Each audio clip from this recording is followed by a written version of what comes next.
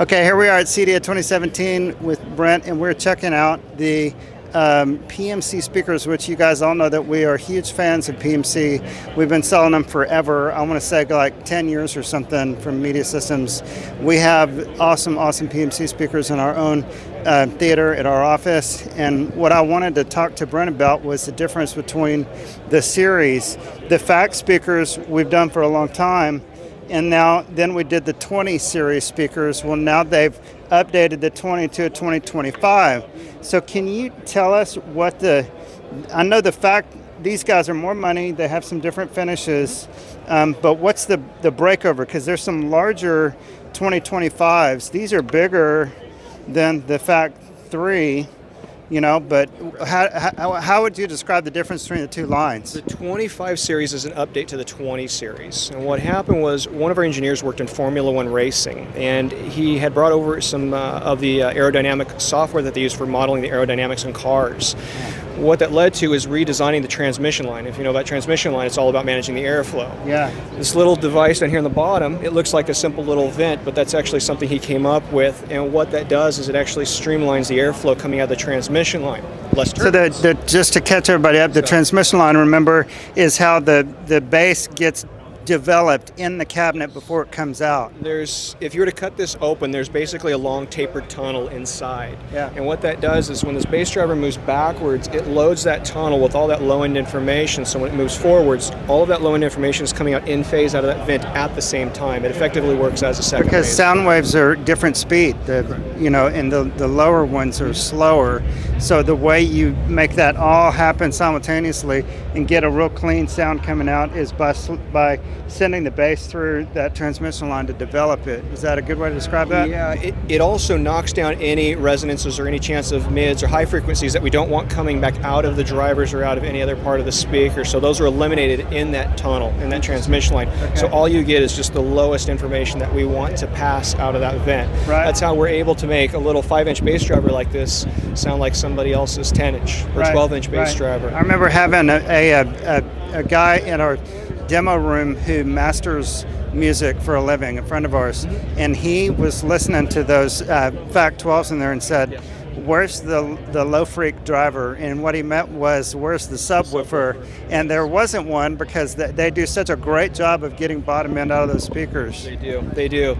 The 25 series, that's how it came about. I touched on was our engineer working in Formula One racing using that software, and they were able to model better airflow and management within the transmission line to improve that low frequency response and get even lower and improve that bass. So it just, as you see the lines, they went from the 20 series, the 25 series is called 25 obviously because of the 25th anniversary. So it's very simple to model it. There's 2 bookshelf models. And then there's 3 towers, this being the smallest of the 3. We do a larger 2-way, then a larger 3-way, and there's also a matching center and a matching subwoofer in that whole series. Okay. So what is the need to step up here? What do you gain by going from the newer 25 series to the older, higher end FAC series? FAC series, you're gaining in resolution, you're gaining in detail. Funny enough, the FAC series was never intended to be a surround application or multi-channel speaker system.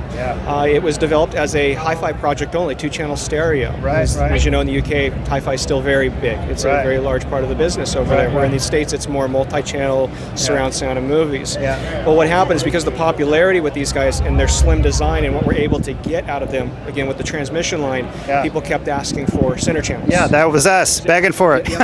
So not only did we do 1, but we did 2. So we have 3 models in the FAC series. Now the beauty about the FAC series is they're all the same width. They're 6.5 inches wide. So you only have to be concerned with the height and the depth. So if you like to put them in cabinets by removing the feet. And that's right, and that's what we run into with homeowners. They don't want to see them. They want to hear them, but they don't want to see them. And we can get such an efficient sound out of this small enclosure where other brands have to get a much larger speaker to get so much sound. Here's something, an interesting little point, is that the next series is the special edition, or basically the Studio Series speakers. This is the IB2, and you can see it's I lovingly call it's huge. It's a mini fridge. Yeah. Let's just call it. I mean, they're beautiful. You know, they're beautiful. They're awesome. Yeah. But they can't go in a lot of people's living rooms. Right. So the answer to get this in somebody's home was to design the Fact 12. That's just getting as close as possible to this by using multiples of those base drivers. Right. So what we did last year at Cedia, if you remember, we actually used these for the left and right mains, and we used the Fact center channel to show how perfectly timber matched it is. Yeah. So you can do these for your big mains if you've got the real estate or the space in the living room. Right. But if you have a small cabinet, you need to get something that's about this height in there, a little so wide and so deep. We can put a Fact 12 and made it perfectly with those guys. That's awesome. So everything in the system is timber matched. Yeah. That's a hand down from the studios because, as you know, working in the studios, if you have near fields or mid fields or even the large big full range monitors like we have in here, everything needs to match, whether they're working on the small guys or the big guys. Right. So again, all of these guys are all timber matched. So if you need to use something like this for the rears with these guys, we can do that. So then you also have the Wafer series, which we've done these in wall and we've done them on wall, both kinds. This is being the Wafer 1 and the Wafer 2. And we just heard those in there, and he said that these go down to like 20 hertz or something, which is unbelievable in an in-wall speaker. It is. It's unheard of almost for a speaker that's only 4.5-inch bass driver. Yeah. If you look at any of the literature, any of the publications that the UK puts out, they're very conservative in what they say the speaker's capabilities are. They'll go much lower than what they say. I think they print them at going down to like 40. Yeah. We're playing some pretty low stuff. Well, and we were just in there listening to the, what are the big ones in there, the BB6? Right, not to be confused with BB8, that's something else. But it was huge. We're listening to that demo, and I felt like my hair was standing up, my clothes were being blown, my pants were moving because they're pushing so much air out of those speakers in there. Yes, definitely. We actually, on this system in there, I purposely went with the smaller speakers this year as opposed to doing the larger ones to show how capable those are. And if you want to go something bigger. Yeah, but the ultimate Atmos home theater is when you can timber match, like you're saying, with all of those speakers. I mean, there are many times that our homeowners will put their money into the left, center, right, in the sub, and then just do something average for the ceiling and for the sides. But the ultimate solution is to have something that really matches all the way around the room. Correct. And with these, this is something also that you could do a dedicated theater with these guys. You could use Wafer 2s as your left, center, right, and use Wafer 1s for sides and rears and overheads. You could use Wafer 2s for sides and rears and the smaller wafers for overheads. So there's so many different combinations that we can go with. And great subs too. You know, the 2025 subs would be fine in a room like that. You know, because they. Matter of how much you want to get out of the system, exactly. How loud you want to go. Good. Well, thank you so much for talking to us about it. And so come down to our place and get you some PMC speakers.